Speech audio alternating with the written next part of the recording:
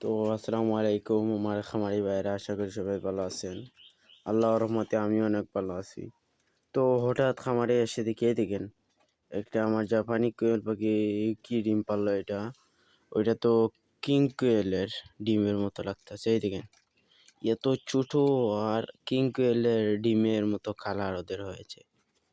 তো প্রায় সময় আমার মানে আমার কোয়েল পাখিগুলা এরকম ডিম পারে, এরকম অথবা একটু কালো এরকম ডিম পারে। তো আজকে দেখি আমার খামারে এসে এইটা ডিম, এদিকে না আর একটা ডিম আনকমন। ভাই এমন অদ্ভুত অদ্ভুত কাজ করে আমার খামারে আমার পাখিগুলা, আমি অনেক অবাক হয়ে যাই। এদিকেন কিং কুয়েলের মতো, এদিকে এগুলো থেকে আকারে অনেক ছোট ওইটা। হুম, এগুলো থেকে আকারে অনেক ছোট।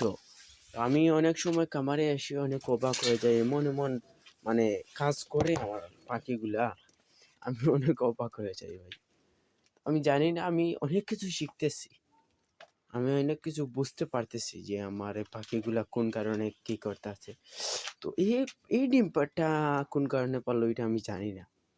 তো আমার ইউটিউবে কয়েকদিন থেকে আমি ভিডিও ছাড়ি নাই, যেহেতু একটু কাজের কারণে আমি ভিডিও ছাড়তে পারি নাই। তো আপনারা সবাই আমাকে একটু সাবস্ক্রাইব করবেন, আর সাবস্ক্রাইব করে পাশে থাকবেন, একটা লাইক করে যাবেন প্লিজ। আর আমাকে বলে যাবেন কোন কারণে এগুলা হইতেছে। সবাই ভালো থাকবেন, সুস্থ থাকবেন। আসসালামু আলাইকুম।